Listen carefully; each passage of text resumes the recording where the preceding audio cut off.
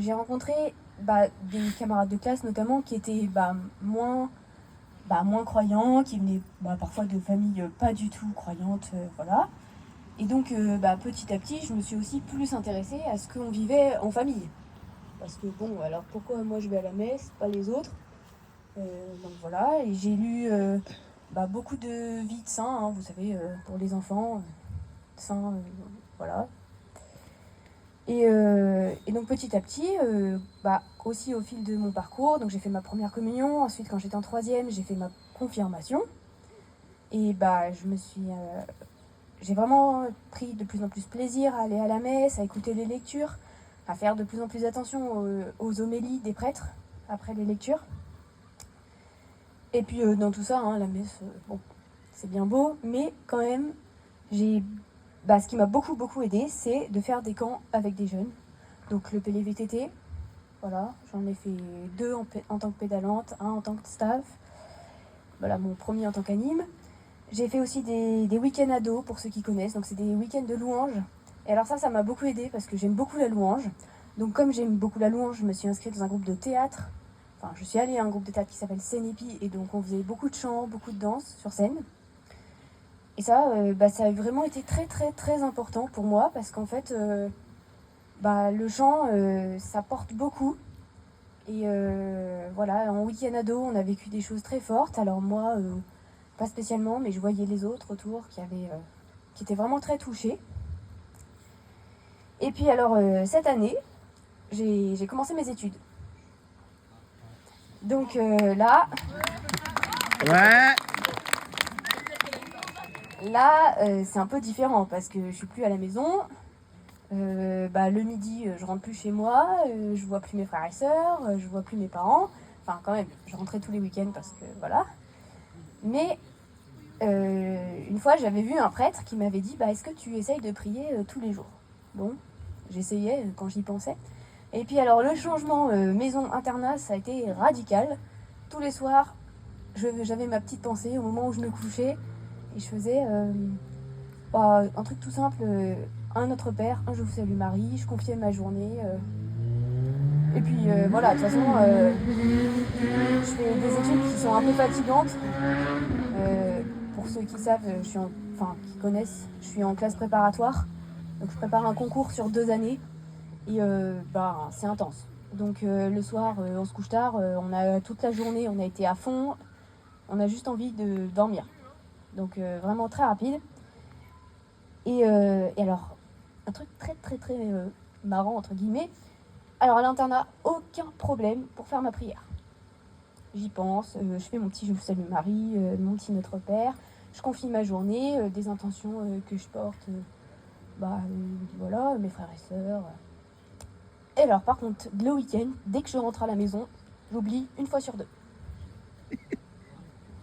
Alors là, puis je sais pas, le changement de rythme, je suis contente de revoir la famille et tout, et puis le dimanche aussi. Le dimanche, on va à la messe et puis on se dit le soir, ah mais j'ai été à la messe quand même aujourd'hui, est-ce que je refais ma prière du soir?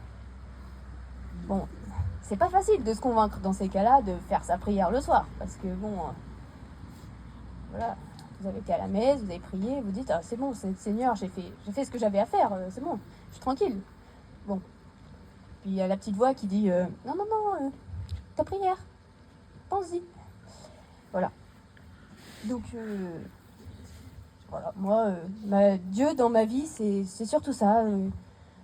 Mais en même temps, ça m'apporte beaucoup de joie et ça me permet de aussi refaire une lecture de ma journée, de me dire ah oui, cette personne, elle m'a touchée, cette personne, c'est vraiment incroyable.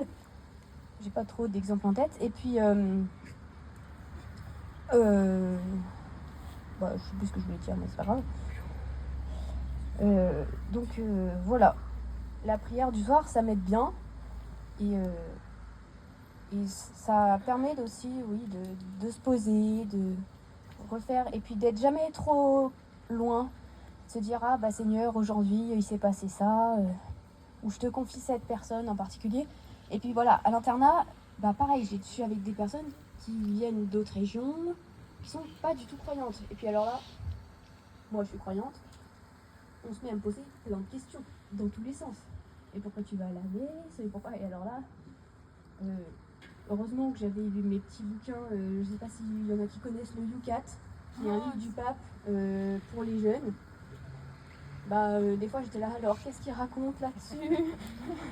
Que je réponde pas à côté de la plaque. Ah, c'est bon.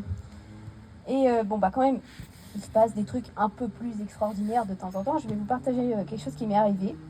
C'était au début de l'année, avec notre groupe de théâtre, on allait faire du théâtre à Saint-Étienne. Dans le cadre de l'année sur l'Espérance, il y avait un gros événement diocésain dans la Loire qui s'appelait Hope. Et ensuite, il y avait la louange avec Glorious.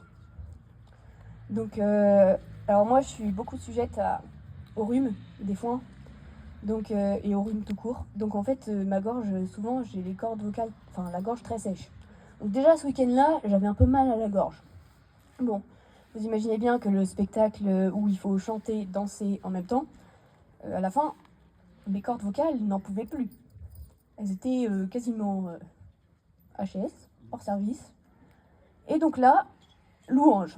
Mais en même temps, moi, la louange, je voulais pas rater ça. Vous imaginez, Glorious, j'avais jamais vu, c'est pas tous les jours qu'ils viennent.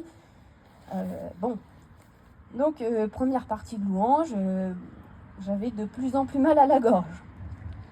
C'était pas facile. Et puis, à un moment, ils voyaient bien que les gens sont fatigués, soit ils voulaient un peu calmer le jeu aussi. Une fois un soir, il y a une des personnes qui nous raconte de manière un peu théâtrale un évangile qui était celui des 4 amis qui veulent voir Jésus, qui amènent un de leurs amis qui est sur un transat et qui vont carrément percer le toit de la maison pour faire descendre leur ami vers Jésus. Et à ce moment-là, moi, j'ai écouté et puis il y a eu un temps de silence. Et j'ai dit, je sais plus ce que j'ai prié, pourquoi j'ai prié, mais le fait est qu'ensuite ils ont pris un chant, peut-être que vous connaissez, c'est Au-delà des océans. Voilà. Et alors là, mes amis, j'ai chanté comme jamais je ne l'ai fait. J'ai chanté bien, juste, assez fort, j'arrivais à bien porter ma voix, et vraiment, j'étais là, mais d'où je sors ça? Comment c'est possible? La minute d'avant, j'avais des cordes vocales qui me brûlaient, je m'étouffais à moitié en toussant, et là, je chante parfaitement, comme ça. Et là, je me suis dit, merci Seigneur. Et j'ai pu ensuite bien profiter de la deuxième partie de la louange. Et donc, moi, dans ma vie, Dieu, souvent, c'est juste une petite prière le soir, un petit événement par-ci, un petit événement par-là. Mais des fois, il y a comme ça des choses un peu plus extraordinaires. Et ça vous refait complètement. Voilà.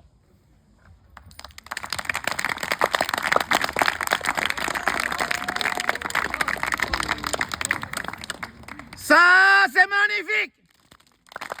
Ça, c'est bon!